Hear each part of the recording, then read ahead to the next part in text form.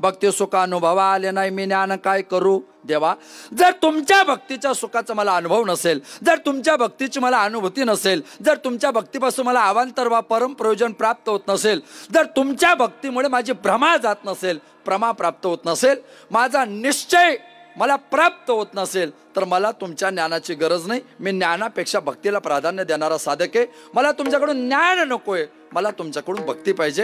ही जगद्गुरु तुकोबऱ्यांची आपल्या कुलदैवताकडे खऱ्या अर्थाने प्रार्थना आहे। ऐका, या अवनी तलावर, भूमी तलावर, शय्या तलावर, पृथ्वी तलावर तुम्ही आम्ही सगळेजण जीवन जगतो। ह्याला जग म्हणतात। ह्याला काय म्हणतात? जग। याला जग का म्हणतात?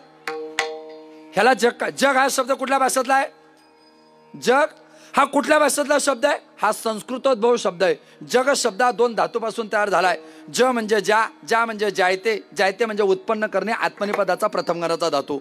ग म्हणजे गम, गम म्हणजे गच्छ, गच्छला ती प्रत्यय गच्छती, गच्छती म्हणजे जाणे।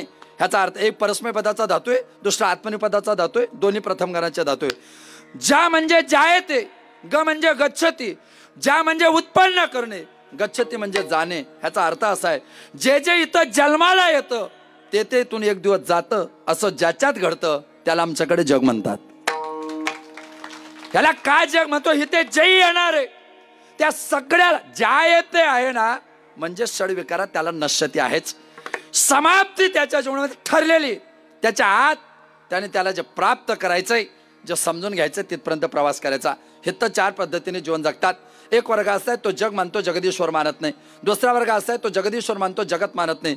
तिसरा वर्ग असा आहे तो जग जगदीश्वर दोन्ही मानत नाही। आणि चौथा वर्ग असा आहे तो कल्पनेने जगत मानतो आणि वास्तवतेने जगदीश्वराला मानतो।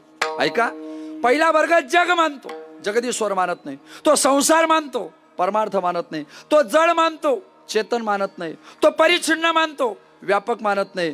तो व्यक्त मानतो, अव्यक्त मानत नाही। तो विकारी मानतो, अविकारी मानत नाही। तो विनाशी मानतो, अविनाशी मानत नाही। तो नश्वर मानतो, ईश्वर मानत नाही। तो देह मानतो, देही मानत नाही। क्षत्र मानतो, क्षत्री मानत नाही। शरीर मानतो, शारीरी मानत नाही। खोटं मानतो, खरं मानत नाही। ह्याला म्हणतात आपल्याकडे नास्तिक। नास्तिक शब्दाची व्याख्या काय? नास्तिकामध्ये प्रसिद्ध नास्तिक आहे, त्याचं नाव आहे चार्वाक। काय नाव आहे त्याचं? चार्वाक। चार्वाक शब्दाची व्युत्पत्ती शास्त्र असं आहे, 4 अधिक वाक इट इक्वल टू चार्वाक। 4 म्हणजे गोड। एखाद्या मुलीचं नाव असतं चारू, चारू म्हणजे गोड। 4 म्हणजे गोड, वाक म्हणजे वाणी। ज्याची वाणी गोड आहे त्याला म्हणतात चार्वाक। बरं, चार्वाकची वाणी गोड आहे का?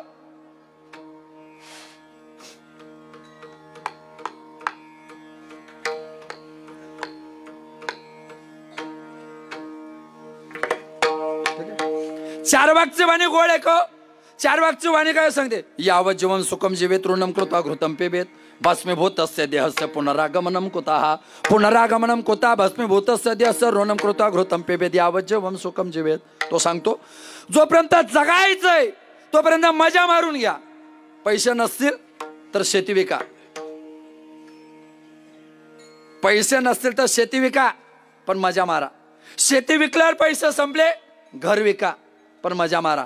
घर विकूनही पैसे संपले, कर्ज काढा। ऋणम कृत्वा घृतम पिबेत, कर्ज काढा तूप खा।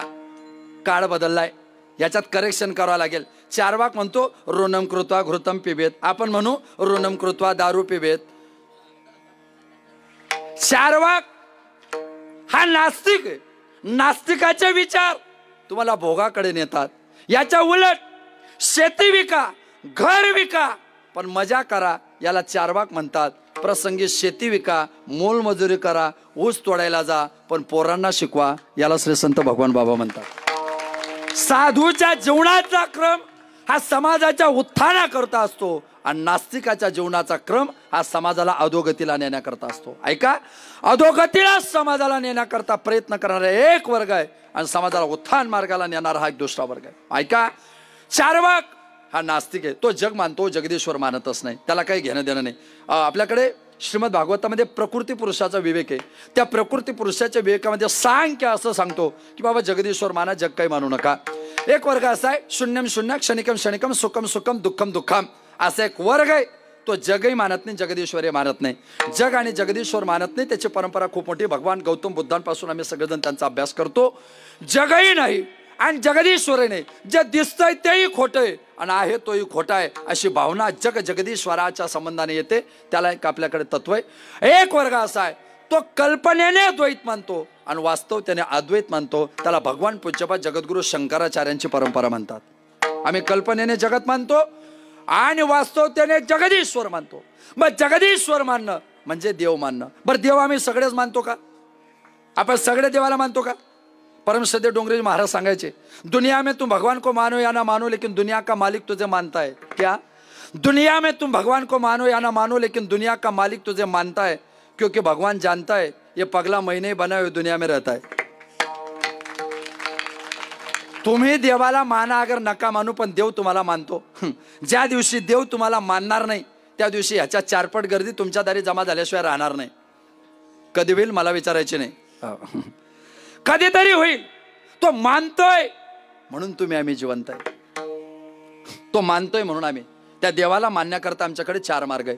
एक मार्ग आहे कर्माचा, एक मार्ग आहे योगाचा, एक मार्ग आहे ज्ञानाचा आणि एक मार्ग आहे भक्तीचा. विठ्ठल विठ्ठल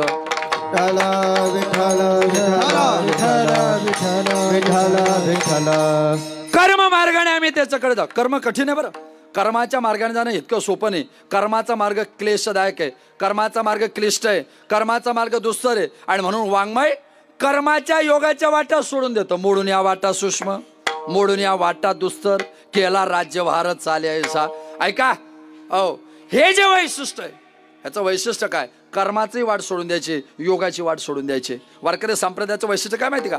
परमार्थामध्ये काही साधनं साध्याच्या प्राप्तीनंतर सोडून द्यायची असतात आणि काही साधनं साध्याच्या प्राप्तीनंतर टिकवायची असतात.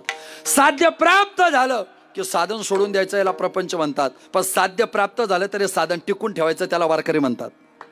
याचं वैशिष्ट्य आहे. म्हणजे काय? कल्पना करा, आपण पाटोद्यालाय, पाटोदा फारच जवळ आहे, नको आपण थोडं दूर जाऊ. आपण मांजर सुंब्याला आहे आणि मांजर सुंब्याला आपण मांजर सुंब्याला एसटीची वाट पाहतोय. आपण साधक आहे, एसटी साधन आहे. आपले कवडवाडी महासांगवी आपलं साध्य आहे. ऐका, आपण साधक आहे, एसटी साधन आहे आणि गाव साध्य आहे. आपण साधक, एसटी साधन, गाव साध्य. गाव नावाचं साध्य आलं की एसटी नावाचं साधन सोडून द्यायचं. गाव नावाचं साध्य प्राप्त झालं की एसटी नावाचं साधन सोडून द्यायचं. कटरावरला अक्कल शिकवायची, वाड्यावर लावा. अशा गाड्या वाड्यावर लागत नाही आणि ज्या लागतात त्या जाहीर होत नाही. ऐका ऐका ऐका, लक्षात घ्या. गाव नावाचं साध्य प्राप्त झालं की एसटी नावाचं साधन सोडून द्यायचं. मान्य आहे तुम्हाला? मान्य आहे? लॉक केलं जाय? उत्तर फिट करायचं का? बर, मी दुसरी क्लुप्ती सांगतो. आपण साधक आहे, साधक. आपण साधक आहे, जिच्यासोबत आपण लग्न करतो ती बायको संसाराचं साधन आहे. आपण साधक आहे, जिच्यासोबत लग्न केलं ती पत्नी संसाराचं साधन आहे. विवाह उत्तर कालामध्ये 2, 2.5, 3, 4 वर्षानंतर आपल्याला जे मुलबाळ झालं ते संसाराचं साध्य आहे. आपण साधक आहे, पत्नी साधन आहे, मुलगा साध्य आहे. मागचा दृष्टांत बॅकलॉग कंटेन करा. म्हणजे गाव आलं की एसटी सोडून द्यायची आणि मुलगा झाला की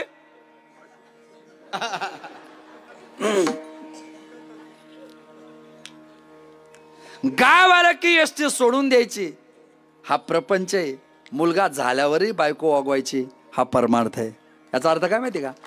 गाव आलं की एसटी सोडून द्यायची. एका विशिष्ट टप्प्यामध्ये तुम्हाला सुख प्राप्त झालं की संसार सोडून द्यायचा. मुलगा झाल्यावरही बायको वागवायची. म्हणजे देव भेटल्यावरही पुन्हा देवाचं चिंतन करायचं. हा मार्ग भक्तीचा आहे. आमच्याकडे साधनामध्ये प्रकार आहे बरं. आमची साधनं सौकर्यपूर्वकता आहे, सोपपत्तिकता आहे, श्रेयस्करता आहे, सुलभता आहे, सहजता आहे. काठिन्यतेच्या पलीकडे प्रवास करतात त्याला वारकऱ्याचे साधन म्हणतात. सोपी साधन आहे. लावणे मृदुंग, लावणे श्रुती, करोने टाळ घोष, आवडीने ब्रह्मरस सेवो. अन्वयाच्या भाषेत लावणी मृदुंग. मी नेहमी सांगतो, पखवाज वाजवणारा किती चांगला असला तरी त्यांचं दुर्दैव आहे, पखवाज वाजवून कधीच देव भेटत नाही, कधीच नाही.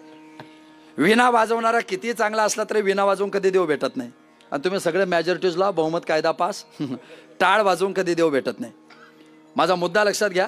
पखवाज वाजवून देव भेटत नाही, टाळ वाजवून देव भेटत नाही, विणा वाजवून देव भेटत नाही. हे जरी खरं असलं तरी कीर्तन झाल्यावर तिन्ही मला भेटतील. ते म्हणतील पाटील टाळ पकवाज विना वाजून देव भेटत नाही, हा मुद्दा बाजूला ठेवा. आम्ही तिन्ही असल्याशिवाय तुझं कीर्तन सुटत नाही, एवढं तरी ध्यानात घ्यावा. अरे सुटत नाही हा तर पार्ट नंबर 2 आहे, सुरूच होत नाही पार्ट नंबर 1 आहे. पण मी माझ्या मतावर ठाम आहे. मी एकदा बोललो की माघारी येण्याचा माझ्यावर दुर्दैवी प्रसंग अजून आलेला नाही. माय रूल, माय लाईफ, माय ॲटिट्यूड, माय स्पीच, माय कीर्तन. ऐका, बंगाल में ममता बनर्जी और 2 घंटे कीर्तन में मेरी मर्जी. बाकी कोणीच नाही. हे सगळं आहे ना. महाराज लोक सुद्धा आता हळूहळू कमी होऊन जातील. विभीषण महाराज टिकणार नाही. महाराज लोक भारतात 2च महाराज राहतील, फक्त 2. एक महाराष्ट्राच्या बाहेर आणि एक महाराष्ट्रात. महाराष्ट्राच्या बाहेर गेलं की बागेश्वर आणि महाराष्ट्रात आलं की ज्ञानेश्वर. रेंजला प्रॉब्लेम आहे तुम्हाला. मला नेमकं 4Gत बोलायची सवय आहे. हा बिलकुल. आफ्टर मला माझ्या कीर्तनाची पद्धत, मला कनेक्टिव्हिटी इन कंटिन्युटी लागते. गॅप पडला की मला काही पण सुचतं. हा बिलकुल. ताट बसा. शाबास. ऐका, साध्य आणि साधन, टाळ पकवाज विना अजून देव भेटत नाही. पण मी माझ्या मतावर ठाम आहे. क्लुप्ती सांगतो तुम्हाला. क्लुप्ती आपल्याकडे लग्नामध्ये महिला नाव घेतात की नाही? महिला नाव घेतात ना. तुम्हाला महिला म्हणतात ना? तुम्हाला महिला म्हणतात ना? का बरं? तुम्हाला महिला का म्हणतात? तुम्हाला महिला का म्हणतात? कारण आम्हाला पुरुष म्हणतात. बरं का दादा? थांबा, आता 1-1.5 तास मेसेज नंतर टाकू आपण. तर का म्हणतात तुम्हाला महिला? आम्हाला पुरुष म्हणता म्हणून. नाही नाही, महिला हा शुद्ध संस्कृतोद्भव शब्द आहे. महिला शब्दाचा अर्थ काय व्याकरणामध्ये? मही अधिक इला इट इक्वल टू महिला. मही म्हणजे पृथ्वी, इला म्हणजे सरस्वती. आम्ही सगळे या पृथ्वी तलावर माणूस म्हणून जन्माला आलो तेव्हा सरस्वतीच्या रूपाने आम्हाला जगातलं सगळ्यात पहिलं ज्ञान ज्या माऊलीने दिलं तिला म्हणतात महिला. लक्षात घ्या. आपण जन्माला आल्यानंतर आपल्याला सगळ्यात पहिलं ज्ञान कोणी दिलं? आईने. बऱ्याच लोकांना ते कमी पडलं, मग त्यांनी लग्न झाल्यावर घेतलं. घेणं महत्वाचं आहे. घेणं महत्वाचं आहे. खरं म्हणजे ताई, तुम्हाला कीर्तन करायची गरजच पडली नसती, तुम्हाला समाजाचं प्रबोधन करायची गरज पडली नसती. पण आमच्यात अडचणी वाढल्या. काहींनी आईकडून घेतलं नाही, बाईकडून घेतलं नाही, म्हणून पुन्हा त्याला आईकडून घ्यावं लागलं, म्हणून तुम्हाला कीर्तन करावं लागलं. नाही तर काही गरज नव्हती. पण पुन्हा अडचण आली की ह्याने आईकडून घेतलं आणि बाईकडून घेतलं नाही, मग याला पुन्हा आईकडे पाठवलं की हिथं तरी घ्यायला जा आता सकाळी काल्याला. ऐका, प्रत्येक शब्द शास्त्र आहे, त्याच्यातून आम्ही प्रवास. महिला वर्ग नाव घेतात की नाही? ते कोड्यामध्ये उखाण्यात पतीचं नाव घेतात ना. बरं, पती भेटावा ह्याच्याकरता घेतात का भेटलेला पती टिकावा? It is a contract education system. महिला पती भेटावा याच्याकरता नाव घेतात का भेटलेला पती टिकावा याच्याकरता नाव घेतात? मी डबल बोलू का? महिला पती भेटावा याच्याकरता नाव घेतात का भेटलेल्या पतीच्या प्रीतीच्या अनुसूतता अंतकरणामध्ये आविरपणे, तरलपणे, अखंडितपणे, प्रेम, प्रतिवृद्धिंगतता अंतकरणाच्या स्वांत सुख वृत्ती स्थिती प्राप्ती करता घेतात? हे गंगाधरी शक्तिमान आहे. असं नसतं आपल्याकडे. महिला पती भेटावा याच्याकरता कोणीच नाव घेत नाही. पती भेटावा ह्याच्याकरता कुठलीच दिदी नाव घेत नाही. जो भेटलाय तो शेवटपर्यंत टिकावा याच्याकरता नाव घेतात. जो भेटलाय तो शेवटपर्यंत टिकावा ह्याच्याकरता नाव घेतात. आमचे वारकरी संप्रदायाचे वारकरी लोक टाळ पखवाज विना देव भेटावा याच्याकरता कधीच वाजवत नाही. तो प्रत्येकाच्या हृदयात भेटलाय तो शेवटपर्यंत टिकावा याच्याकरता वाजवतात. संत वाङ्मयाची ताकद काय माहिती का? घेऊ ब्रह्मरस का सेवू ब्रह्मरस? सेवू. घेऊ का सेवू? घेऊ का सेवू? सेवू. सेवू प्राप्ताची प्राप्ती आणि घेऊ अप्राप्ताची अप्राप्ती. घेऊ माझ्याकडे नाही म्हणून तुमच्याकडून घेऊ.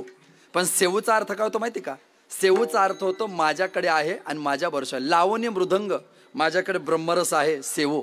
लावणी श्रुती माझ्याकडे ब्रह्मरस आहे सेवू. आणि करोनी टाळ घोष माझ्याकडे ब्रह्मरस आहे आम्ही सेवू. सेवितो हरस वाटितो अनेका. सेवितो हरस वाटितो अनेका. सेवितो हरस वाटितो अनेका. सेवितो हरस वाटितो अनेका. ज्ञान भाऊ नका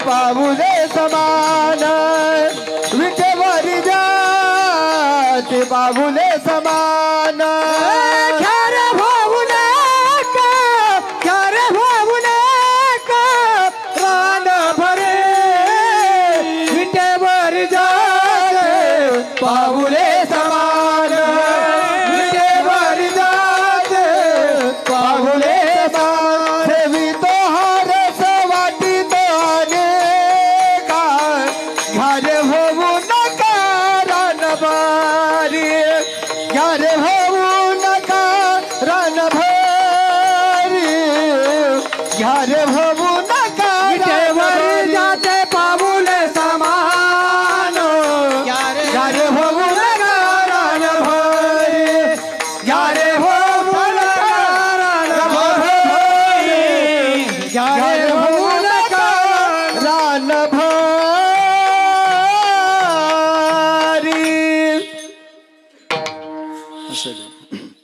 सेवितो रस वाटितो आणि का घ्यारे वाहू नका रानभरी. ऐका, या प्रक्रियेमध्ये साध्य प्राप्त झाला ना, कर्माची वाट सोडून द्या. काही कर्माच्या मार्गाला जाऊ नका. कर्माचा मार्ग त्रासदायक आहे. बाई योगाचा मार्ग, योग सोपा आहे का? योग सोपा आहे का? योगाची व्याख्या गीतेमध्ये सांगितली. क्लेशोदिक तरस्तेशा मव्यक्ता सक्त चेतसाम अव्यक्ताय गतिर्दुःखम देहवद्भिर वाप्यते देहवद्भिर वाप्यते अव्यक्ताय गतिर्दुःखम असक्त सक्त चेतसाम क्लेशोदिक तरस्तेशा. योगाच्या वाटा जरी गाले गा सुवटा तया दुःखाचाची वाटा भागा आला तया दुःखाचाची वाटा जे गाले गा सुवटा. योगाची या वाटा पाहे पालोहाचे चणे जय बोचरी आपडते खाणे ते पोट भरणे के प्राणे शुद्धी म्हणो ते पोट भरणे के प्राणे जय बोचरी आपडते खाणे पाहे पालोहाचे चणे. शीत वेढावे उष्ण पांगुरावे वृष्टीच्या असावे घरातू वृष्टीच्या असावे उष्ण पांगुरावे. शीत वेढावे तहानेची प्यावी भुकलिया भुकचे खावी अहोरात्र वावी मावावी वारा अहोरात्र वावी भुकलिया भुकचे खावी का तहानलिया तहानची प्यावी. योग याग विधी येणेनोय सिद्धे वायाचे उपाधे दंभ धर्म योग येणेनोय सिद्धी याग येणेनोय सिद्धी विधी येणेनोय सिद्धी योग वायाची उपाधी याग वायाची उपाधी विधी वायाची उपाधी योग दांभिकाचा धर्म याग दांभिकाचा धर्म विधी दांभिकाचा धर्म. प्रमाण 1 अर्थ 9 याला म्हणतात ज्ञानेश्वर महाराज. याला म्हणतात ज्ञानेश्वर महाराज. ज्यांना समजलं त्यांना धन्यवाद. बाकीचे फिर मिलेंगे ब्रेक के बाद. ऐका, योग कठीण आहे. रामदेव बाबाचा योग केला की जाड माणूस बारीक होतो. रामदेव बाबाचा योग केला की जाड माणूस बारीक होतो. पण ज्ञानोबरांचा योग करायला माणूसच बारीक लागतो. मी दोन्हींचा योग करत नाही तरी बारीक आहे. हा योग नाही योगायोग आहे. खरं म्हणजे क्षेत्रफळ वाढलं पाहिजे मलाही वाटत होतं. माझी आई नेहमी म्हणायची ह्याचं लग्न झालं की तब्येत सुधारेल. आई भोळी असते, तिचं प्रेम भोळं असतं. माझी आई म्हटली आमच्या ज्ञानेश्वरचं लग्न झालं ना 100% तब्येत सुधारेल. मी म्हटलं तू असं का म्हणते लग्न झालं की तब्येत सुधारेल. माझी आई म्हटले तसं नाही भाऊ, आईचं वाढणं वेगळं असतं.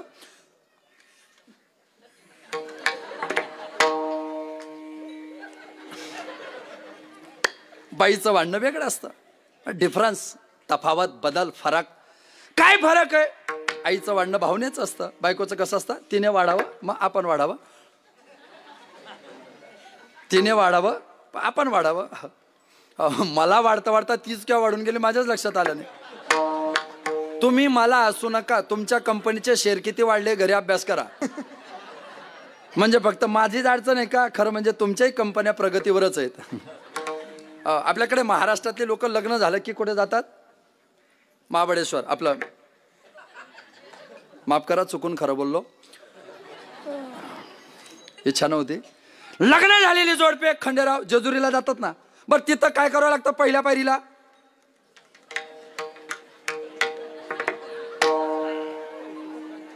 बायकोला खांद्यावर बसून 5 पायऱ्या चढवल्या. मग त्यात काय नवल आहे? लग्न झाल्या बायकोला खांद्यावर बसून 5 पायऱ्या चढवणं त्यात काय नवल आहे?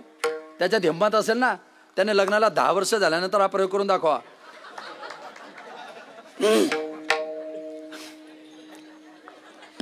कठीण आहे योग.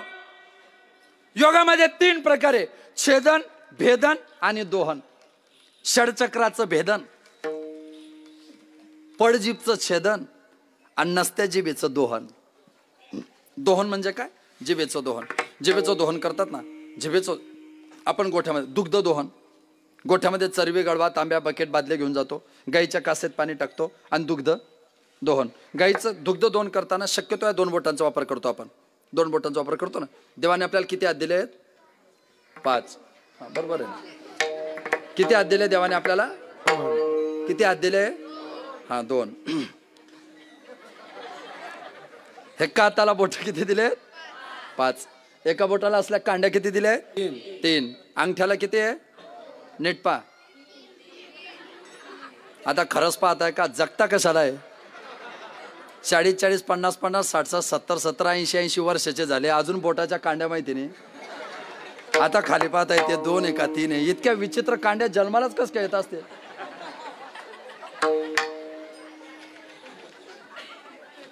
आता पाहता येते 2 आहे का 3 आहे?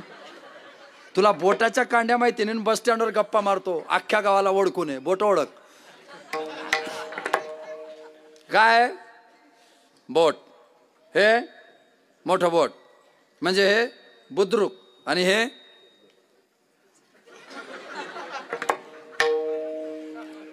तर्जनी, मध्यमा, अनामिका, करांगडी, अंगठा.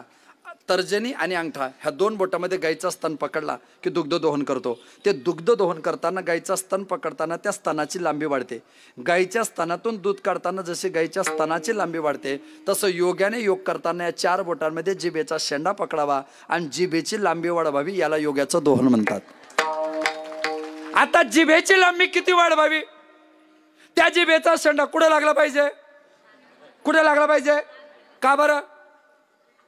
नाकाला काय लागलं पाहिजे? मी नाकाला बोट लावलं म्हणून का? बरं नाकाला लावलं, बरं गुडघ्याला नाही लावलं. त्या जिभेचा शेंडा कुठे लागला पाहिजे? नाकाला. बरं नाकाला का नाकाच्या?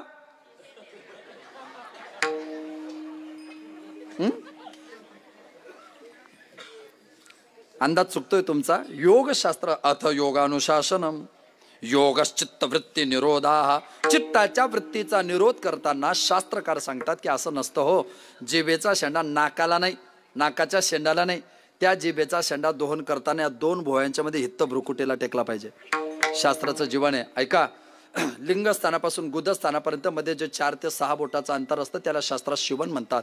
त्या शिवणीवर नागिनीचा आकार घेऊन सुईसारखी बारीक फणा उगारून त्याच्या शेपटी अडकवून 3.5 हाताचा वेढा घेतलेली कुंडलिनी आहे. ती काय करते? जिभेचं दोहन करता करता जिभेचा चंडा हित्त लागला, इडा पिंगला सोडते, सुषुम्ना मध्यस्थेज, लिंगस्थानाकडून ते नाभिस्थानामध्ये, नाभिस्थानातून वक्षस्थानामध्ये, वक्षस्थानातून कंठात येते, कंठातून वर यायला लागते.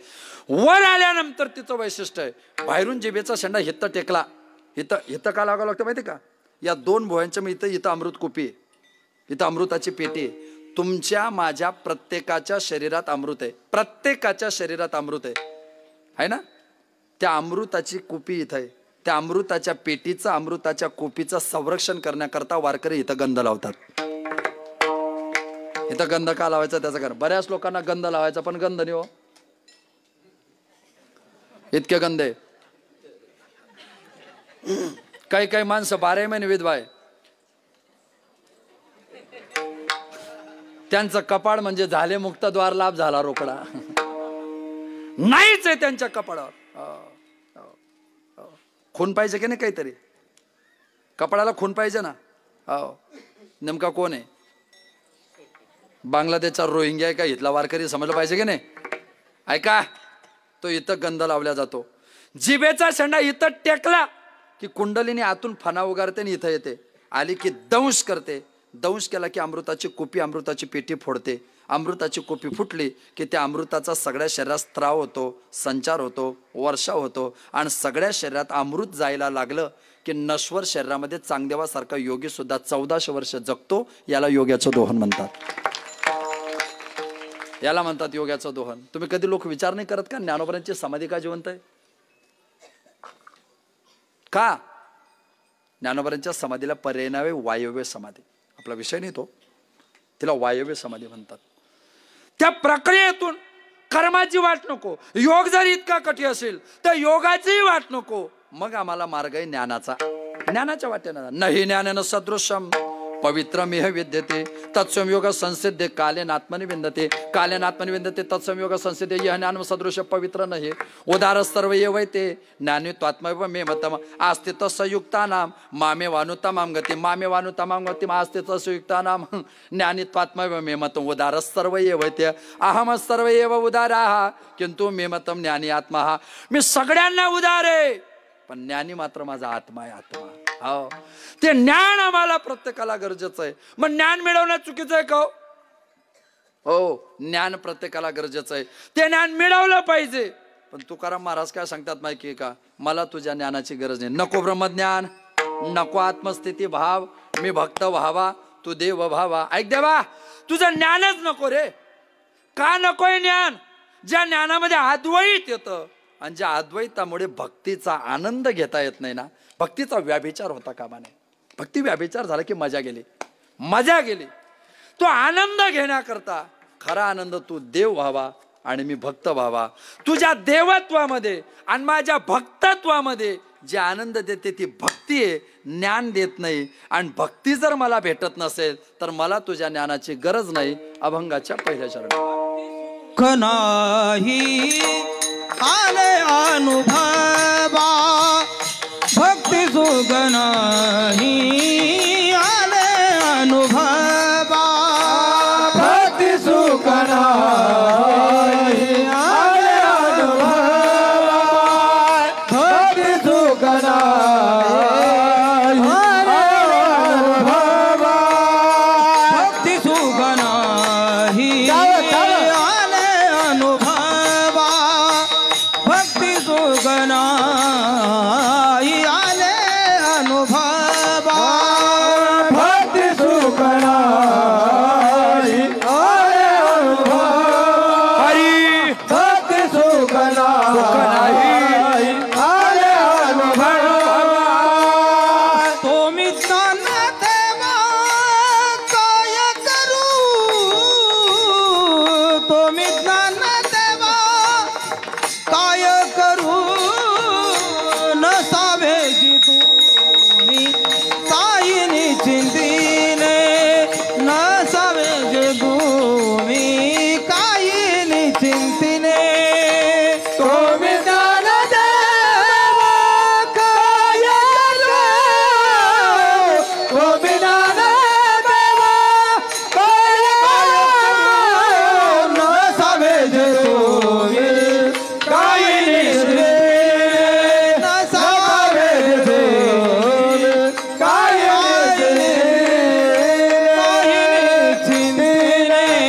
कायीनी चिंतीने भक्ती सुख नाही आल्या अनुभवा तो मी ज्ञान देवा काय करू देवा ज्ञान काय करू ज्ञानाला ज्ञान उपयोगाचं काही लोकांना वांझोट ज्ञान आहे वांझ ज्ञान नपुंसक ज्ञान काही लोकांकडे ज्ञान आहे ज्ञान वीरत्वाचं असावं ज्ञान शूरत्वाचं असावं ज्ञान स्थैर्याचं असावं ज्ञान धैर्याचं नपुंसक ज्ञान वांझोट ज्ञान काय कामाचं घराला आग लागली पाणी आणा पाणी आणा पाणी आणा म्हणे आता पाणी शक्य नाही म्हणे मग सब्बल आणा पहार आणा टिकाव आणा का विहीर खोदायची विहीर खोदल्यावर पाणी लागतं पण ते पाणी पेटणाऱ्या घराला उपयोगाला नसतं त्या टायमाला विहीर खोदायची बुद्धी सोसणे ज्ञान वांझ आहे म्हाताऱ्या झाला मरायला टेकले आणि मरता मरता म्हणायला लागले आता परमार्थ केला पाहिजे वांझ ज्ञान आहे वय निघून गेल्यानंतर उपयोग नाही वांझ ज्ञान सुरत्व वीरत्वाचं ज्ञान पाहिजे ज्ञानोबा म्हटले मरकटे नारळ तोडिले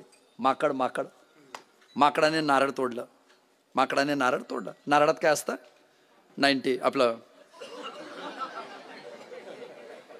ते तुम्ही हॉस्पिटलमध्ये नेतात तेच आठवलं नारळामध्ये काय असतं नारळ पाणी अजून काय असतं नारळात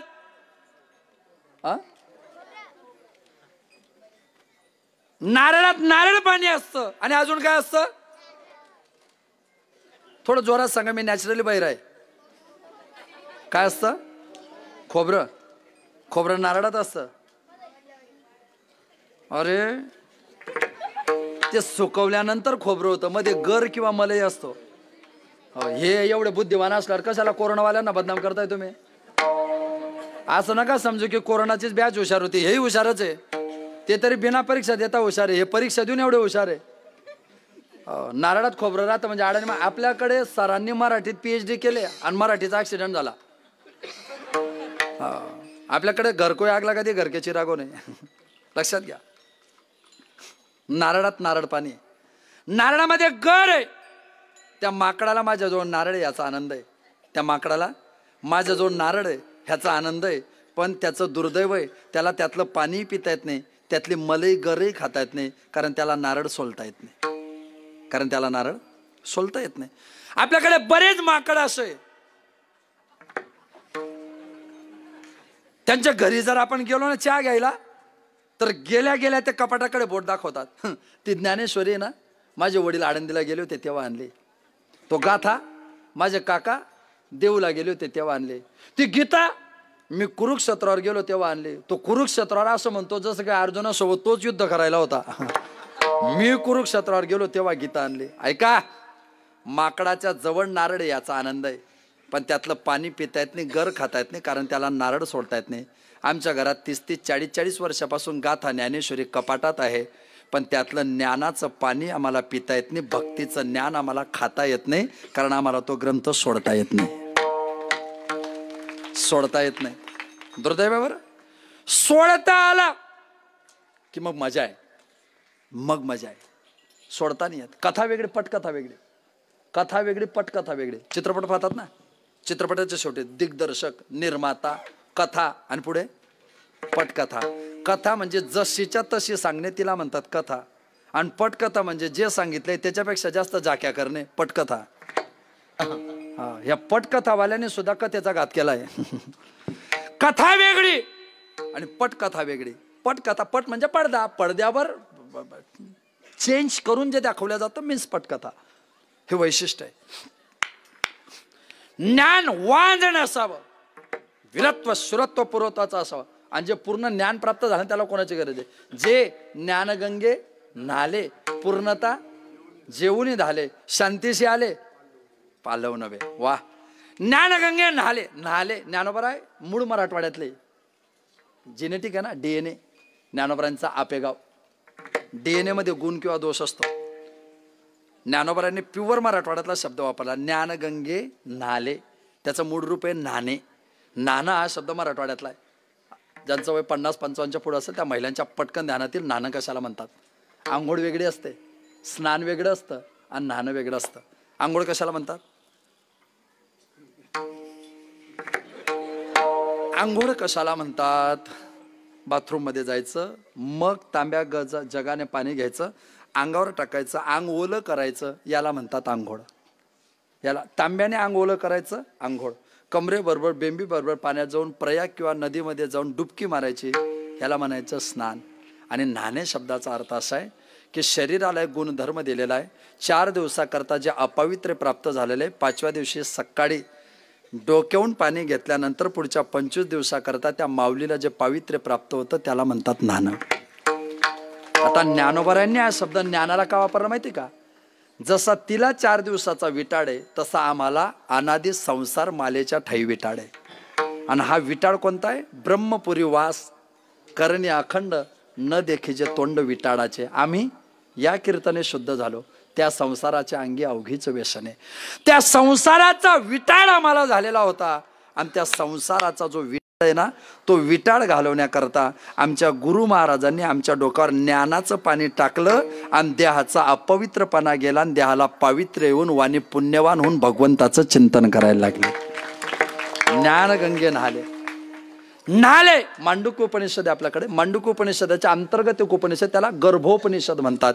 त्या गर्भोपनिषदामध्ये सृष्टी शैली जन्माला येतात ना, एक नाद सृष्टी आणि एक बिंदू सृष्टी. आपल्याकडे नाद सृष्टीला महत्व आहे, बिंदू सृष्टीला काही मोठं महत्व नाही. त्या नाद सृष्टीमध्ये श्रोत्री आणि ब्रह्मनिष्ठ श्रीगुरु आपल्याला ज्ञान देतात ना. आपले गुरु आपल्याला ज्ञान देतात. शब्द थोडे माझे समजायला तुम्हाला वाईट वाटेल की असं काय बोलतोय, पण त्याची अर्थोत्पत्ती खूप चांगली आहे. आपल्या गुरुच्या तोंडात जी जीभ असते ना, जिव्हा रसना, ती गुरुची जिव्हा नसते. श्रीगुरु जेव्हा शिष्याला उपदेश करतात ना, तेव्हा ती जिव्हा नसते. श्रीगुरूंच्या जिव्हारूपी लिंगातून श्री गुरूंच्या जिव्हारूपी लिंगातून जे ब्रह्मज्ञान शब्दरूपी शुक्राणू बाहेर पडतात ते शिष्याच्या कान नावाच्या योनीद्वारे हृदयाच्या गर्भाशयात गेले की तिथे जो प्रगट होतो त्याला आत्माराम म्हणतात. आत्माराम हृदयी प्रगट आला. काय वारकऱ्यांची परिपक्वता आहे. आपल्याकडे माणसं वाचत नाही म्हणून वाचत नाही, आणि जे वाचत नाही ते मरतात. जे वाचत नाही ते मरतात. माणसं घरी मरतात, दारी मरतात, रोडवर मरतात, अटॅकने मरतात, शुगरने मरतात, कॅन्सरने मरतात, बीपीने मरतात, कशाने कोयना माणसं मरतात. तुम्हाला सांगू, माणसं कुठेही मरतात, कधीही मरतात, कसेही मरतात, माणसं कुठेही मरतात. जगात असं एकच ठिकाण आहे तिथं माणसं मरत नाही, त्याला वारकऱ्याचं कीर्तन म्हणतात. माणसं कीर्तनात मरत नाही.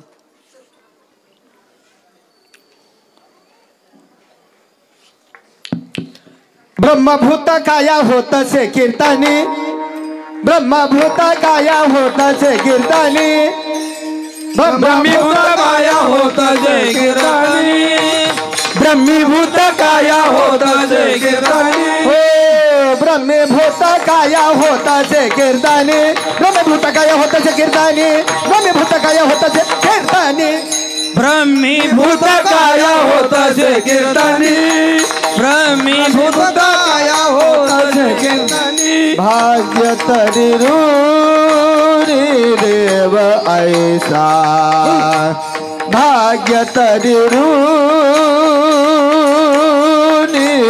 देव ऐसा, भाग्य तरी रूरी देव ऐसा, भाग्य भाग्य भाग्य तरुणे देव ऐसा, देव ऐसा, देव ऐसा, ब्रह्मीभूत काया होतसे कीर्तनी, ब्रह्मीभूत काया, ब्रह्मीभूत काया, ब्रह्मीभूत काया होतसे कीर्तनी, भाग्य तरुणे देव ऐसा, भाग्य तरुणे देव ऐसा, भाग्य तरुणे देव ऐसा, देव ऐसा, देव ऐसा, ब्रह्मीभूत काया होतसे कीर्तनी, ब्रह्मीभूत काया होतसे कीर्तनी, होतसे कीर्तनी, होतसे कीर्तनी, होतसे कीर्तनी. असं वाटायचं महाराष्ट्रात इंगळे महाराज गेले आणि चाली सोबतच घेऊन गेले. आज वाटतंय त्यांनी किमान बिभीषण महाराजकडे पाठवून दिले. वाटतं ब्रह्मीभूत काय होत असे कीर्तने. नाही मरत हो माणसं. माणसं कीर्तनात मरत नाही. माणसं कीर्तनात मरत नाही.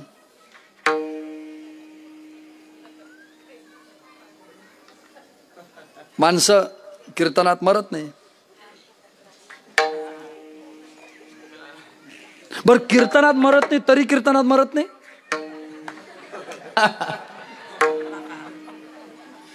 कीर्तनात मरत नाही तरी कीर्तनात मरत नाही. जे कीर्तनात मरत नाही ते घरी मरतात. ज्यांना समजलं त्यांना धन्यवाद. बाकीचे माझ्या फोन पेला पैसे टाका. मी ऑनलाईन पण क्लासेस चालवतो.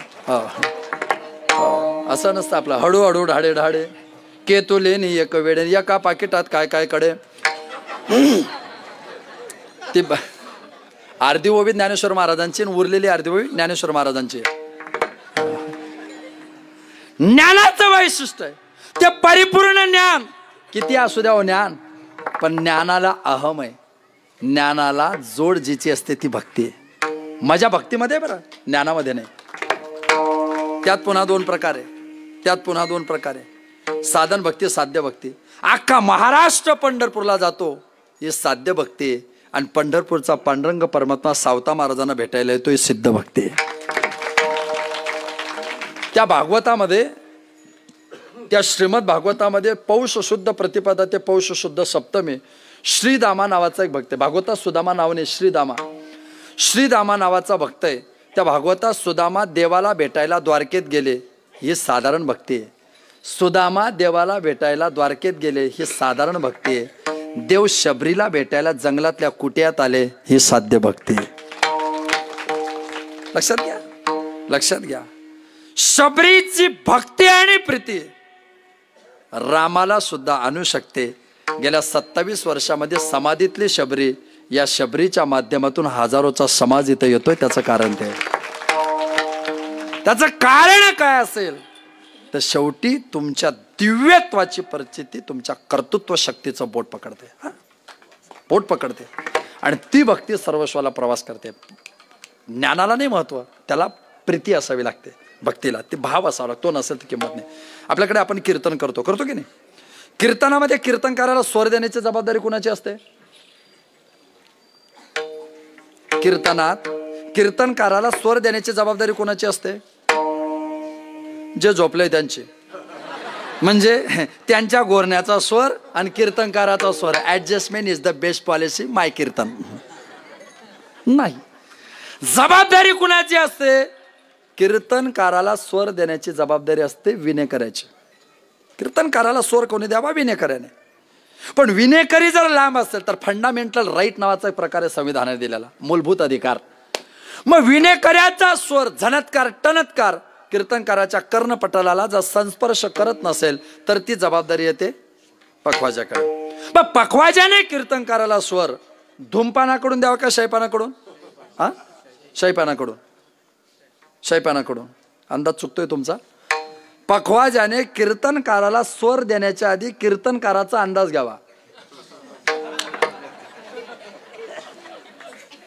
त्याला नेमका कोणत्या पानाचा ऍडजस्ट होतो ह्याचा अभ्यास करावा.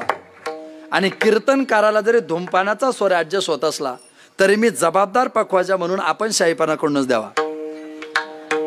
बर, शाहीपानाकडून स्वर देत असताना थाप मारून द्यावा का चाट मारून?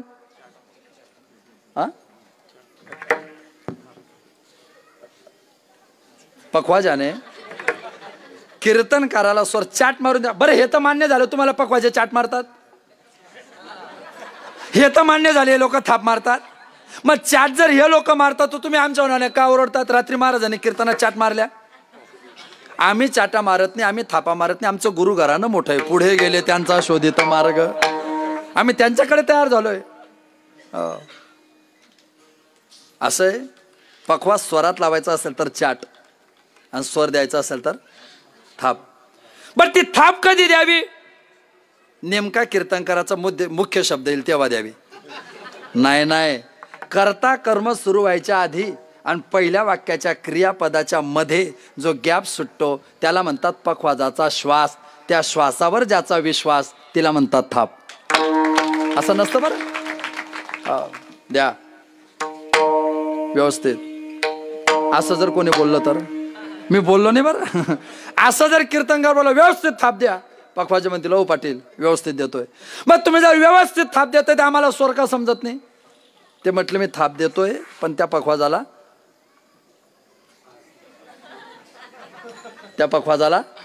आस नाही. आस म्हणजे काय?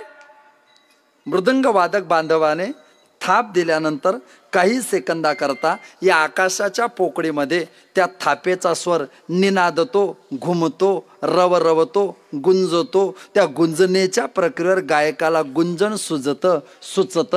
याला म्हणतात थाप, याला म्हणतात आस. मी पखवाजाला थाप देतोय पण त्याला आस नाही.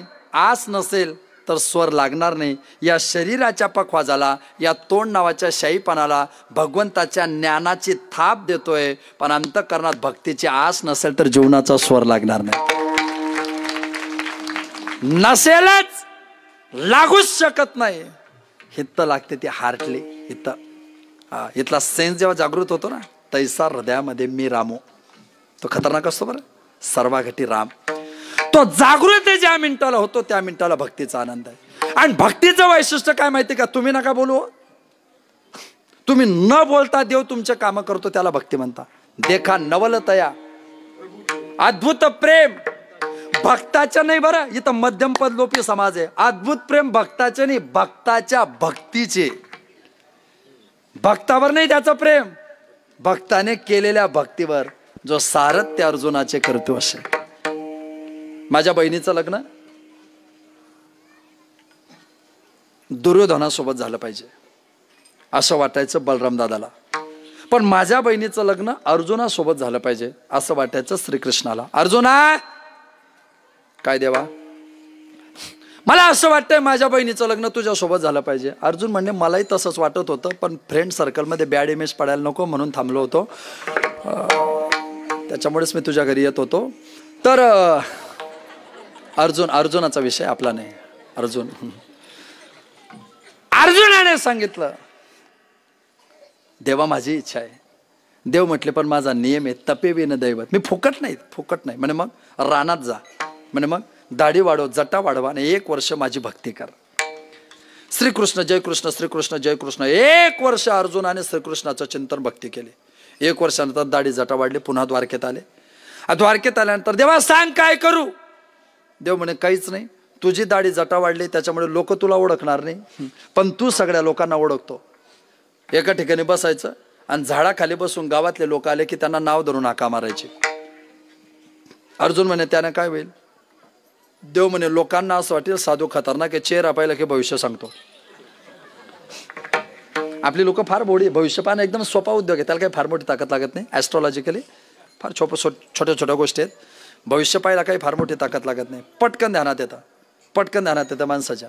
काय भविष्याचे ठरलेले वाक्य राहतात ना. पहिलं वाक्य, तुम्ही लोकांसाठी भरपूर करतात, तुमच्यासाठी कोणीच करत नाही, ते येडं. हो महाराज खरंय. दुसरं वाक्य, तुमच्या हातात पैसा भरपूर येतो पण टिकतच नाही, खरंय. हे तरी बरं आहे हो. मागे नवीन आठवण आला होता भविष्य पाहणाऱ्यांचा, टक्कल पडणं भाग्याचं लक्षण आहे म्हणे. आता टक्कल पडणं भाग्याचं लक्षण आहे का? ज्याला पडलंय त्याला किती टेन्शन आहे. माझा एक मित्र म्हणे तसं नाही पाटील. म्हटलं मग कसं आहे. टेन्शन घेतली की टक्कल पडतं. माझा भरोसा नाही, आम्ही पण घेतो, अजून धक्का नाही. तो म्हणे टेन्शन घेतली की टक्कल पडतं. आता टेन्शन घेतली की टक्कल पडतं. मग टक्कल पडल्यावर जे टेन्शन येतं त्याने काय पडेल. पुन्हा टेन्शन आहे की नाही. तुम्हाला ऐकताना टेन्शन नाही ना. हां बरं आहे. बरं मग टेन्शन घेतलं की टक्कल पडतं. चला ठीक आहे, टेन्शन घेतलं की टक्कल पडतं. मग टेन्शन फक्त माणसांनाच आहे का. टेन्शन फक्त महिलांना टेन्शन नाही का. अरे दारू पिणाऱ्या नवऱ्याने 1 महिना दारू सोडली तरी तिला टेन्शन येतं. कसं काय सोडली.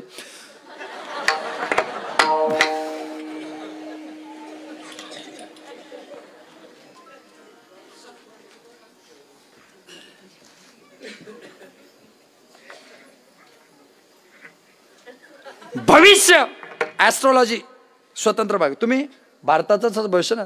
चीनमध्ये भविष्य भाग. कधी किरो वाचलाय कोणी. किरो अंकशास्त्र तज्ञ, चीनचा खूप मोठा भविष्यवेत्ता आहे. फ्रान्समध्ये बर्नी नावाच्या शहरामध्ये एक लेखक होऊन गेला, खूप मोठा प्रचंड विद्वान. त्याने 1508 साली लादेनचं भविष्य लिहिलंय. ज्याने अमेरिकेचं वर्ल्ड ट्रेड सेंटर उडवलं ना, त्याचं भविष्य 1508 साली लिहून ठेवलेलं आहे बरं का भाऊ. 1508 साली त्याचं भविष्य लिहून ठेवलेलं आहे. 1508 साली इतका हुशार होता तो. ऑस्ट्रेलियाची एक भविष्यवाणी प्रसिद्ध आहे. आणि भारत तर काही नो चॅलेंज. भारताला ॲस्ट्रॉलॉजीमध्ये चॅलेंज नाही. भविष्यामध्ये खतरनाक. भविष्यामध्ये तुम्ही एखाद्या निवडणूक उद्या, एवढे भविष्यकार तयार होतात. ही जागा पडते, ती जागा निवडते, याचं असं होते, त्याचं तसं होते, असं वाटतं ना. आणि लोकांच्या काही मनात नसतं. लोकांचं ठरले असतं, जो दिल में वही दिल्ली में.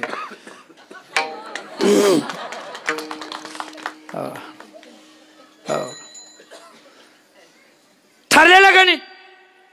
अर्जुन एका ठिकाणी बसले, लोकांचं नाव घेऊन आकार कर्णप करणे बातमी बलराम दादाच्या कानावर गेली. आपल्या गावात कोणीतरी भविष्यवेत्ता आलाय आणि चेहरा पण भविष्य सांगतो. बलराम दादा म्हटलं कृष्णा. काय दादा. आपल्या गावात कोणीतरी साधू महाराज आले, चल बरं तुलाही पुतना मावशीपासून जरा संध्यापर्यंत एक विघ्न येतच राहता, तुझं भविष्य पाहू. आता ह्याला माहिती नाही का कोण आलंय. हा म्हटला दादा काय माझा विश्वास नाही, चाल. कृष्ण म्हटलं तुम्ही म्हणताय म्हणून येतोय. पुढे बलराम दादा, मागे श्रीकृष्ण, समोर अर्जुन बसलेला. अर्जुनाने बलराम दादाला येताना धाड धाड धाड धाड पावलं टाकत बलराम दादा येत आहे. अर्जुनाचं ध्यान गेलं आणि त्याला भरी वाड्यात घाम आला. तो तिथंच गीता पारायण करायला लागला. वेपतुष शरीर मे रोम हर्षश जे आहे ते असा लट लट लट लट कापायला लागला. बलराम दादाचा गदा पाहून कृष्णाने मागून इशारा केला, it is a golden chance, first chance and last chance. पुन्हा संधी भेटेल याची शाश्वतीने पकड. शेवटी हिंमत को किंमत आहे. अर्जुनाने आवाज दिला, या बलराम. रेवत देशाचा राजा रैवत, त्याची पोरगी रेवती, तिच्यासोबत तुमचं लग्न झालंय. बलराम दादा म्हणे बघ रे, आहे की नाही हुशार. सांगितलं की नाही माझं भविष्य. पड पाया. देव म्हणे मी हो तू. देवाने पाया पडल्या. बलराम दादा म्हटले महाराज तुमच्यासारखा एवढा मोठा विद्वान माणूस गावाच्या बाहेर बसणं चांगलं नाही. असं करा, तुमचे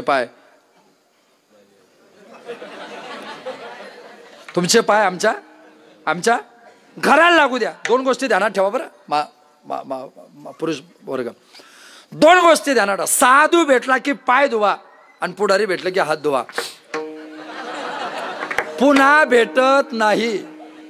माझा अनुभव आहे अंगे. मी प्रॉपर त्याच धंद्यातून आहे.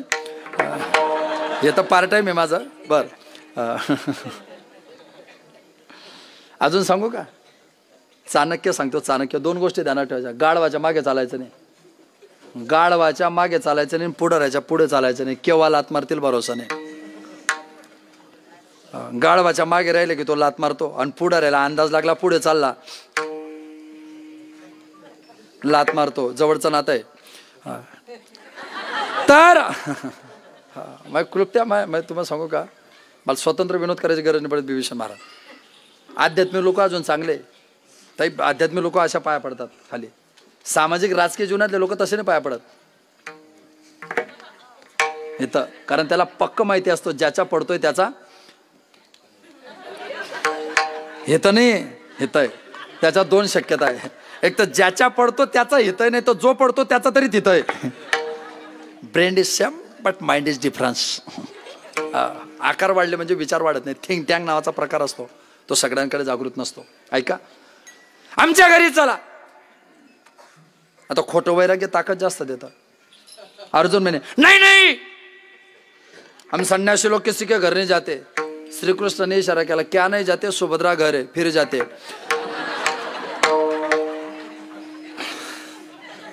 फिर जाते. आले घरी. पंचपक्वानाचं जेवण, प्युअर मराठवाडी भात, उचल गोळा दाबनाळा, आपलं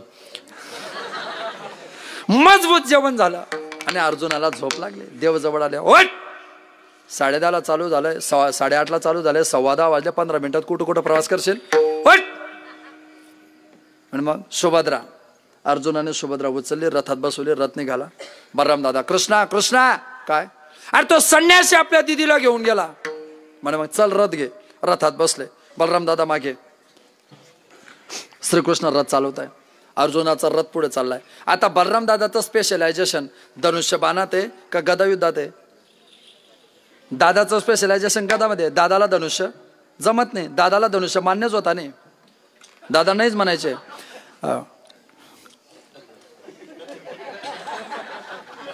पण आम्हीच म्हटलं दादा ऍडजस्ट करा. आणि मग दादांनी वेळ पाहिली घड्याळात आणि ऍडजस्ट करून घेतलं.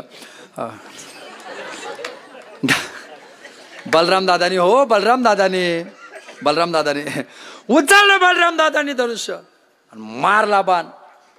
आता स्पेशलायझेशन नाही त्याच्यामुळे तो बाण मारायचं इकडे आणि पोचायचं इकडे. नाव सुलोचना देखते मुंबई पुन्हा. नाव विकास. बाजारात गेला आपल्याकडे पाहतो पुरा भकास आहे की नाही. पण अर्जुनाचं स्पेशलायझेशन धनुष्य बाणात. ठरवलं ते एका बाणात बलराम दादाला चित केलं असतं. पण अर्जुनाने बाणाचं टोक मोडायचं आणि बिना टोकाचा बाण मारायचा. मागील सभेचे इतवृत्त वाचून प्रोसिडिंग कंप्लीट करणे ग्रामसभा झाल्यावर. ग्रामसेवकचं स्किल ठरलं. पकड. तो आपल्या दिदीला पडून येतोय. पकड. तो आपल्या दिदीला पडून येतो. रथ असा वेगात श्रीकृष्णाने पुढे नेला. एक साधारणतः 100-200 फुटाचं अंतर राहिलं.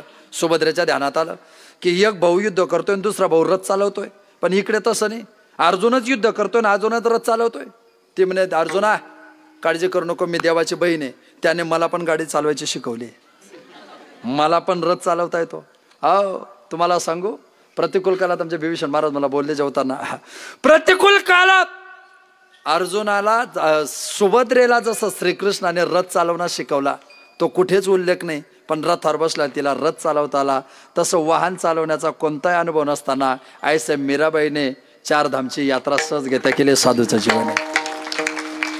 साधूच्या जीवनाचा क्रम हा अपूर्वता दर्शन असतो.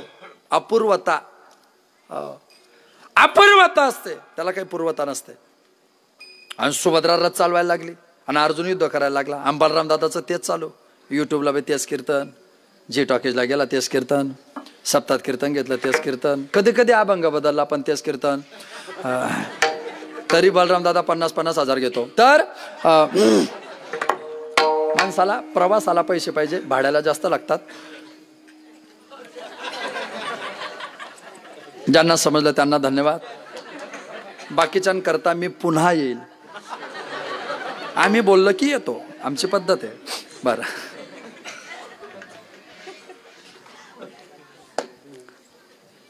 पकड, तो आपल्या दिदीला पडून येतोय. पकड, तो आपल्या दिदीला पडून येतो. कृष्णाला रागच आला. कृष्ण म्हणे दादा, म्हणे काय, नीट पा.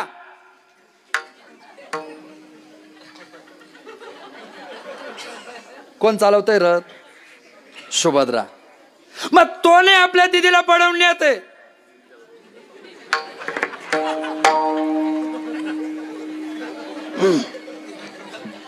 म्हणे मग रे, आपलीच दिदी सदा स्वागण राग रागेश्वरी भैरवी.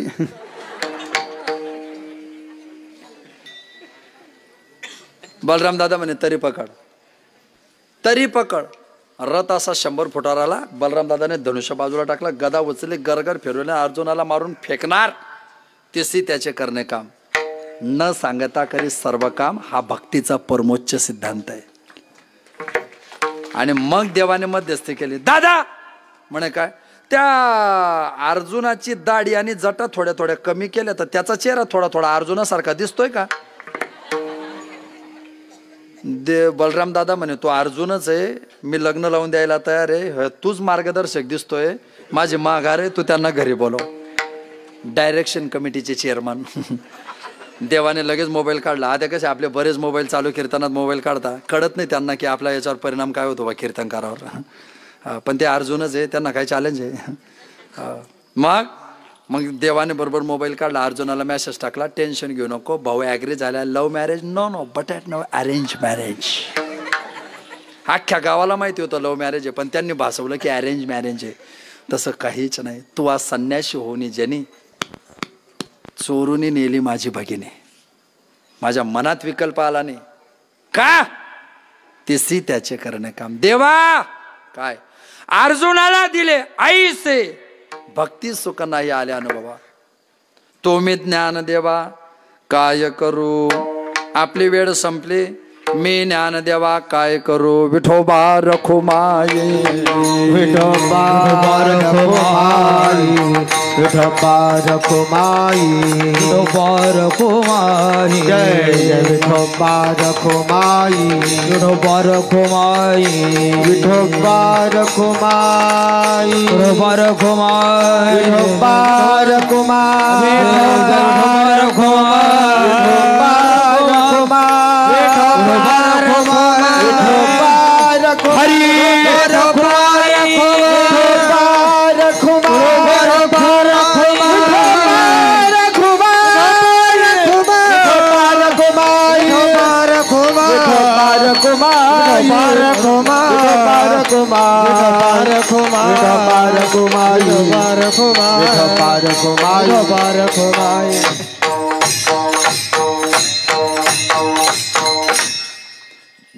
भक्ती सुख नाही आले अनुभवा. तुम्ही ज्ञान देवा काय करू.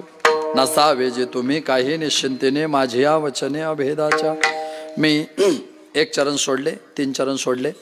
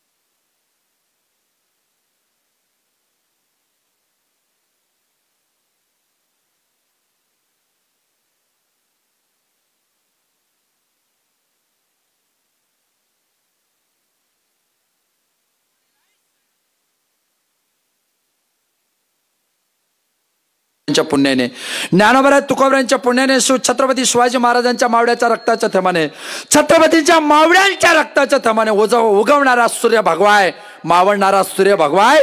आमचं रक्त कापलं तर आमच्या रक्ताचा रंग सुद्धा भगवाय. त्या वारकऱ्यांची अस्मिता भगवा आकाशात फडकतोय.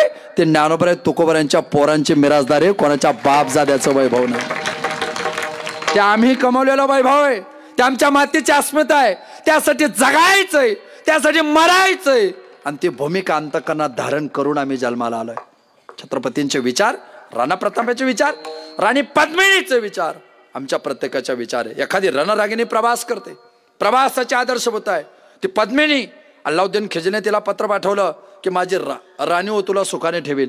तिने त्याला परत पत्र पाठवलं, ए खिलजे तेरे जैसा पापी हिंदुस्तानी औरत को पा नहीं सकता, तेरे जैसा पापी हिंदुस्तानी औरत को पा नहीं सकता, क्योंकि हिंदुस्तानी औरत को छूने के लिए कलेजा भी चाहिए हिंदुस्तानी शेर का, तेरे जैसा विदेशी कुत्ता तो उसकी तरफ देख भी नहीं सकता. अरे सोड, हिंदुस्तानी स्त्रीला स्पर्श करायला हात सुद्धा हिंदुस्तान्याचा असावा लागतो. ताकद बरं, जोहार केला तिने, माघार नाही घेतले. मर जाऊंगी मिट जाऊंगी, लेकिन मैं मेरी झाशी नाही दूंगी, असं म्हणणाऱ्या झाशीच्या लक्ष्मीबाईचा इतिहास आहे आमच्याकडे. पुण्यातल्या 2 जिजाऊचा इतिहास आमच्याकडे. दोन्ही जिजाऊचं जीवन पुणे जिल्ह्यात आहे, दोन्ही जिजाऊचं जीवन डोंगरदऱ्यात आहे. एका जिजाऊने मुलगा जन्माला घातला धर्मासाठी छत्रपती शिवाजी महाराज, दुसऱ्या जिजाऊने तुमच्या माझ्या करता अभंग रचण्याकरता तुकोबरायांच्या दुपारच्या जेवणाची व्यवस्था केली, म्हणून आम्हाला गाथा प्राप्त झाला. विसरता कशा करताय, भूमिका कधीतरी लक्षात घ्या. त्या पुण्यश्लोक अल्लाबाई होळकरांना 300 वर्ष झाली. त्या पुण्यश्लोक अल्लाबाई होळकरांच्या 30 शताब्दीचं वर्ष आहे, ज्या माऊलीने शिव मंदिरापासून काशी विश्वरापर्यंत अनेक मंदिराचा जीर्णोद्धार केला. हो, त्याच परंपरेचे आम्हाला परंपरा आहे. मुक्ताबाईची आम्हाला परंपरा आहे.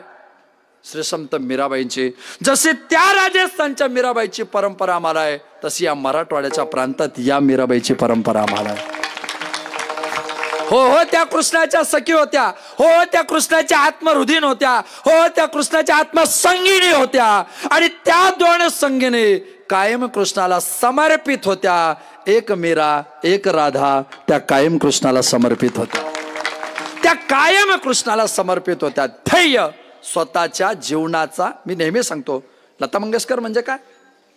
लता मंगेशकर म्हणजे काय? लता मंगेशकर म्हणजे काय? या जगात 3च गोष्टी आहे, सूर्य, चंद्र आणि लता मंगेशकरचा आवाज. तेवत कोण? लता मंगेशकर आई आहे. कुणाची? 7 स्वरांची. आई काय करते माहिती का? Life is sing but at singing. आई काय करते माहिती का? तिचं तारुण्य जाडते. तारुण्य जडायला लागलं की चेहऱ्यावरचं सौंदर्य जडतं, तेज कमी होतं. वैशिष्ट्य आहे, माणसाने काम भोगला की त्याचा चेहरा निस्तेज होतो, आणि स्त्रीने भोगला नाही तर तिचा चेहरा निस्तेज होतो. आई काय करते माहिती का? आई काय करते माहिती का? आई तिच्या जीवनामध्ये स्वतःचं तारुण्य जाळते. तारुण्य जाळलं म्हणजेच तिचं सौंदर्य जाळते. सौंदर्य जाळलं म्हणजे तिच्या अपेक्षा जाळते. पण तिच्या पोरांकरता सर्वस्व प्रदान करते. लता मंगेशकरने लग्न न करता तारुण्य, सौंदर्य सगळं जाळलं, आणि संगीतातले 7 स्वरांचे पोरं 7 समुद्राच्या पलीकडे उभे केले. हिला आई म्हणतात. काय घडलं माहिती का? त्या समाधीतल्या मीराबाईपासून, त्या समाधीतल्या मीराईपासून तर इथं बसलेल्या राधाईपर्यंत यांनी तारुण्य जाळलं, सौंदर्य जाळलं, स्वतःच्या इच्छा आकांक्षा जाळल्या, आणि 27 वर्षात हे संस्थान एवढं भूतलावरचं तपस्थली उभी केली. हे साधूचं जीवन आहे. हे घडत नाही बरं, असं एकाकी घडत नाही. त्याच्याकरता तुमची अंतकरणाची वृत्ती तितकी जागृत असावी लागते. स्वतःचा त्याग करण्याची भूमी निर्माण झाल्याशिवाय असं त्यागात शांती निरंतरम, ननईती भोगात शांती निरंतरम. भोगात नाही, त्यागात आहे. आणि त्या इतिहासाची परंपरा तुम्हाला मला आहे. त्याचं द्योतक आम्ही सगळेजण सांभाळतो. मातीत जन्माला आलो, ती माती टिकवली पाहिजे. त्या मातीशी आमची नीतिमत्ता टिकली पाहिजे. टिकली नाही तर आम्ही करू शकत नाही. संपलोय तुम्ही, आम्ही फार काही टिकलो नाही. कन्याकुमारीपासून काश्मीरपर्यंत आणि कच्छपासून कोलकात्यापर्यंत तुमचा देश टिकवायचा असेल, तर तुमच्या देशाची नीतिमत्ता टिकवायची असेल, तर कुठेतरी तुम्हाला जागृत व्हावं लागणार आहे. कुठेतरी जागृत व्हावं लागणार. परवा मी झोपलो, माझ्या स्वप्नात शिवाजी महाराज आले. मला स्वप्नात येतात, माझ्या कोणी पण येतो स्वप्नात. बाय मी 12 मार्च 2024 नगर जिल्ह्यामध्ये श्रीगोंदा श्रीगोंद्यामध्ये शेख मोहम्मद महाराजांचं समाधीस्थान आहे आणि तिथं कीर्तन करून मी प्रवासात निघालो. आमचा ड्रायव्हर होता. माझं गाव फक्त 3.5 किलोमीटर राहिलं. आमच्या ड्रायव्हरला झोप लागली. त्याने गाडी पुलाच्या खाली टाकली. मी झोपलेलोच होतो, पण झोपेत मला जाणवलं की मी जवळपास यमाला स्पर्श केला होता, असा टच केला असं मला जाणवलं. पण यमाने माझा हसरा चेहरा पाहिला. तो माझ्याकडे पाहून म्हटला, नो वॅकन्सी. तो म्हटला इथं जागा नाही, म्हणून हसत जा, कधी कधी यम माफ करून देतो. यमाने म्हटलं नो वॅकन्सी, इथं काही जागा नाही. मी परत निघालो. म्हटलं परत जाऊ. म्हणे जा. म्हणजे येऊ कधी? यम म्हणे ये परत. म्हटलं कधी येऊ? लोकगीतं, भावगीतं, देशभक्तीपर गीतं, मायबापाचे गीतं जे म्हणतात त्यांना घेऊन ये, ते सगळे घेऊन ये. मी थोडासा शाळेत पण हुशारच होतो. मी पटकन याद्या केल्या आणि यमाला दिल्या, हे एवढे जण आहे ते. यम म्हणे यांना नंतर आण. म्हटलं मग यांचे कीर्तन जे घेतात ते आधी आण. आता तो यमाचा माझ्यावर प्रेम असल्यामुळे त्यांना आधी आण. म्हटलं का मुळात सकट रोग गेला पाहिजे. ऐका, ही जी प्रक्रिया आहे तेव्हापासून यमाने मला पाकिट जरी कमी दिलं ना तरी मी यमाला नाव सांगतो. कनेक्टिव्हिटी वाढून गेली, संपर्क वाढून गेले माझे यमाशी. छत्रपती शिवाजी महाराज माझ्या स्वप्नात आले. शिवाजी महाराज म्हटले सध्या वारकरी संप्रदाय शिवचरित्रकार महाराज लोक जास्त झाले. म्हटलं मग महाराज चांगलं आहे ना, तुमचा इतिहास वाढतोय. ते म्हणे सगळे महाराज शिवचरित्र सांगतात पण सगळे फक्त अफजल खानाचा स्फोट पाडतात, बाकी दुसरीकडे प्रवासच करत नाही.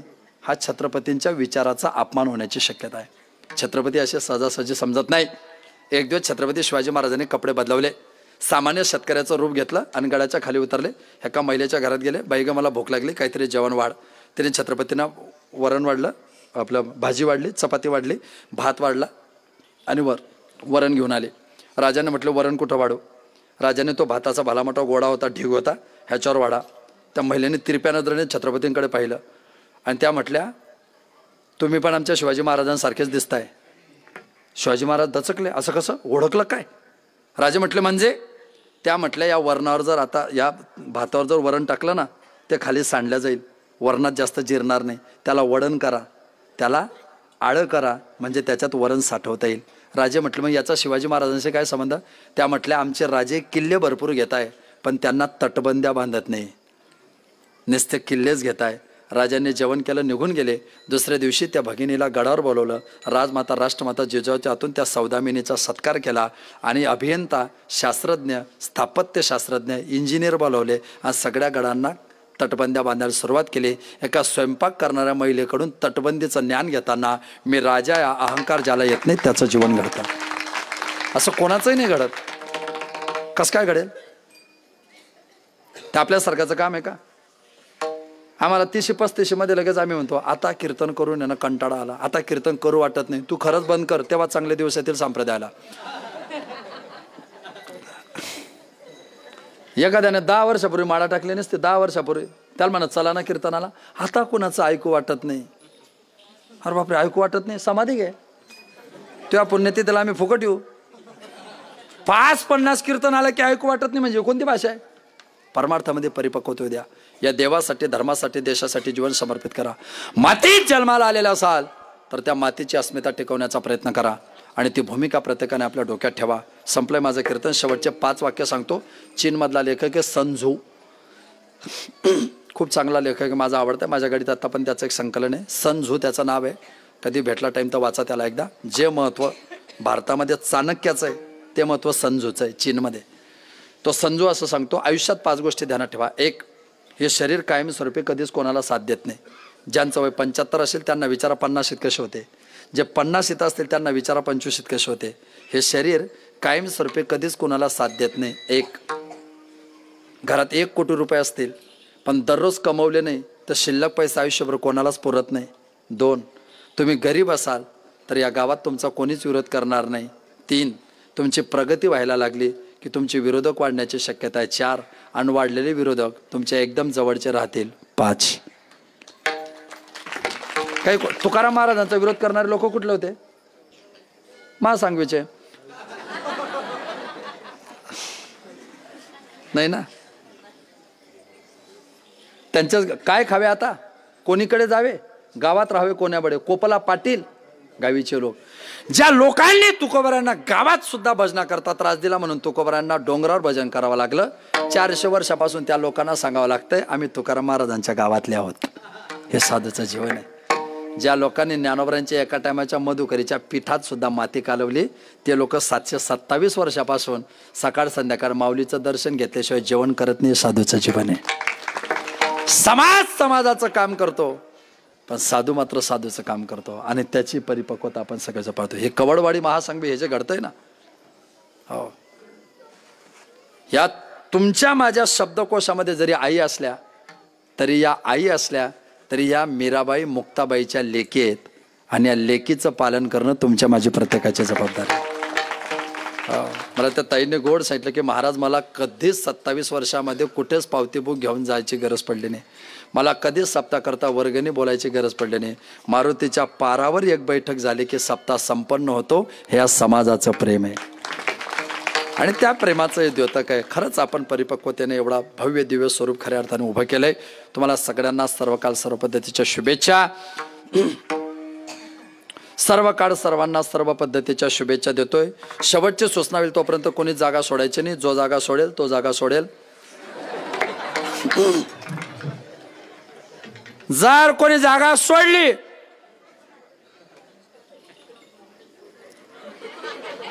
तर मग मी काय करू? गाव तुमचंच आहे. निर्णय तुम्हीच घ्या. दोनही नाद ब्रह्मवादक सगळी स्वराजकार मंडळी या ठिकाणी उपस्थित आहे. आदरणीय आमचे बिभीषण महाराज आहे. म्हणजे मी ताई विद्यार्थी अवस्थेत होतो आणि विद्यार्थी अवस्थेमध्ये धाराशिव जिल्ह्यामध्ये भूम तालुक्यातलं मोठं देवस्थान आहे सामनगाव आणि श्री क्षेत्र सामनगावचे धर्मराज दादा पाटील आणि मी एकत्र शिकायला होतो.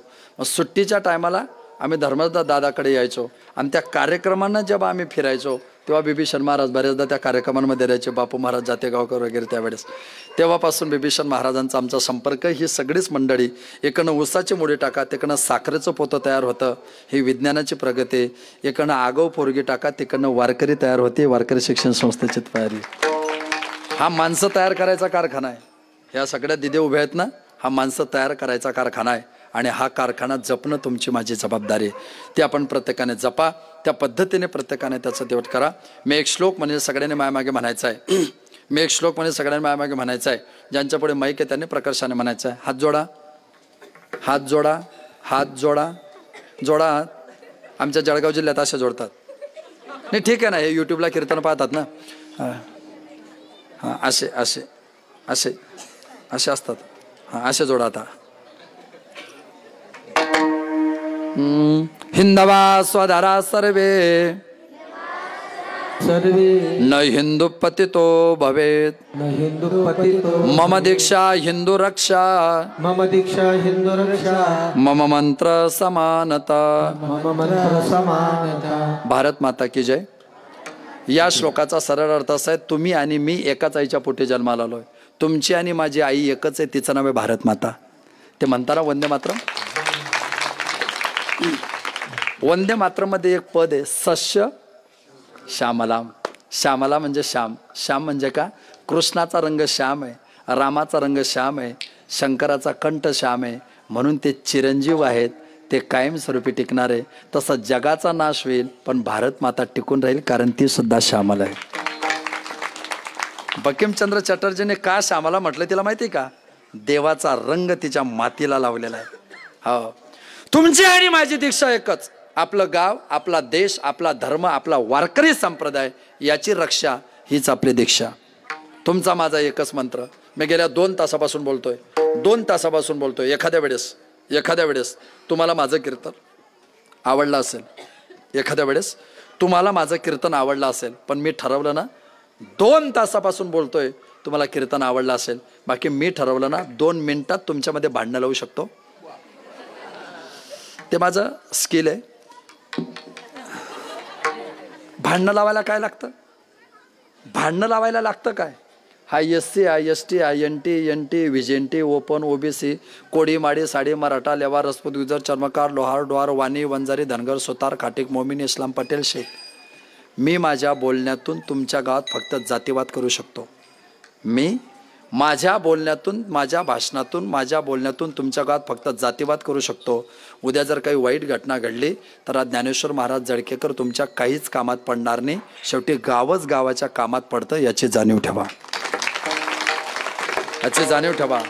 म्हणून तुम्ही खाली बसलेले आणि आम्ही उभे राहिलेले. आपली जात कोणती असो, पण गावागावात सगळ्या जातीचे लोक भावाभावासारखे प्रेमाने नांदले पाहिजे, हा वारकऱ्याचा समरसतेचा मंत्र. निवृत्ती ज्ञानदेव सोपान मुक्ताबाई अक्कनाथ नामदेव तुकार. निवृत्ती ज्ञानदेव सोपान मुक्ताबाई एकनाथ नामदेव तुकार. निवृत्ती ज्ञानदेव सोपान मुक्ताबाई अक्कनाथ नामदेव तुकार. निवृत्ती ज्ञानदेव सोपान मुक्ताबाई एकनाथ नामदेव तुकार. गोरोबा चोखोबा तुकोबा निडोबा मीराबाई जनाबाई मंगलना. गुरुबा तुकोबा तुकोबा गुणबा मीराबाई जनाबाई तुकोबा. गोरोबा चोखोबा तुकोबा निडोबा मीराबाई जनाबाई मंगलना.